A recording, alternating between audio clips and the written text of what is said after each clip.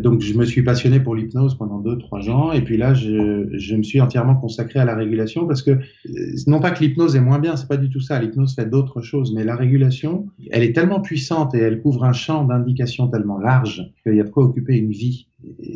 Voilà, aujourd'hui, je mets toute mon énergie là-dedans avec deux particularités. La première, c'est que je pratique maintenant, j'accompagne les personnes uniquement par téléphone. D'accord. Voilà. Alors, si on est dans l'ancien paradigme psy, on peut se dire, tiens, c'est bizarre. Moi, il me faut un fauteuil en cuir, un cabinet, une salle d'attente. Dans la salle d'attente, je vais voir les diplômes. Et puis, pour parler de ma difficulté pour sortir de chez moi, j'ai besoin d'avoir la personne en face. OK. Ça, c'est quand on est dans le mental et qu'on... Voilà. Pour la régulation émotionnelle, il n'y a pas besoin de tout ça. Et le téléphone aide dans le... Alors là, à nouveau, je renvoie vers le livre de Marie-Sabine, puisque ma contribution à son livre, c'est sur le téléphone. Mais je dirais deux choses peut-être sur le téléphone. D'abord, eh bien, ça dépouille complètement de tous les parasites qui peuvent encombrer l'activation du processus de régulation. Bonjour madame, donnez-moi votre manteau, asseyez-vous. Si ça se trouve, elle aime pas la façon dont j'ai taillé mon bouc ou elle aime pas la déco de mon cabinet.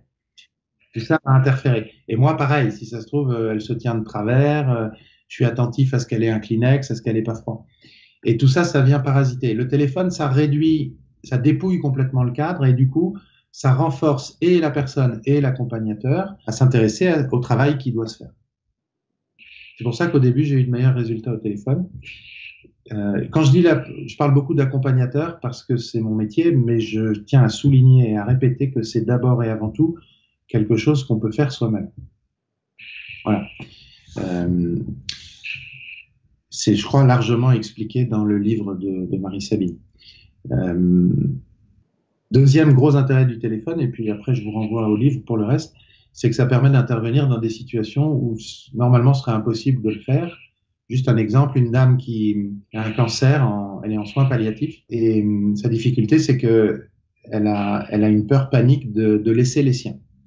Donc en fait c'est une peur de la mort, mais pas de sa mort, c'est abandonner ses petits-enfants, ses enfants. Du coup, quand on lui rend visite, elle pleure et elle est incapable d'en profiter. Du coup, elle se fâche avec sa fille. La fille ne vient plus la voir avec ses petits-enfants. On a régulé cette peur au téléphone avec la dame concernée. Elle a pu à nouveau recevoir et profiter, rire et pleurer. Ça n'a rien changé à sa maladie, mais elle a pu vivre ces moments-là de manière pleine et entière et heureuse. Or, moi, j'aurais jamais été admis en soins palliatifs et si j'avais eu l'autorisation, je serais arrivé pendant les soins, pire après les soins quand elle est fatiguée et qu'elle dort. Donc ça c'est pour le téléphone. Euh, Voilà. Et puis dernière caractéristique, je suis enthousiaste. Ça, c'est un reste de mon activité de commercial, je pense. J'ai à cœur de le partager, de le faire savoir le plus largement possible. Donc, on a créé ce collectif.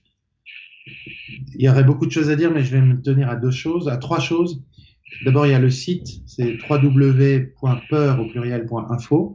Et sur la page d'accueil de ce site, on collecte des témoignages, vidéos, écrits. Il y en a déjà près de 70 et on en met tous les jours avec un moteur de recherche. Donc, si on est concerné par la peur de l'avion, on tape avion et on va avoir les 4-5 témoignages. Ça, c'est une réalisation du collectif. Le collectif organise aussi tous les mois des formations publiques à la régulation émotionnelle. Certains le font en présence, nous on le fait en ligne, c'est à nouveau l'avantage du confort. Et, voilà. Et pour finir, dernière chose, formation publique, témoignage, site. J'oublie le dernier point, mais c'est pas grave.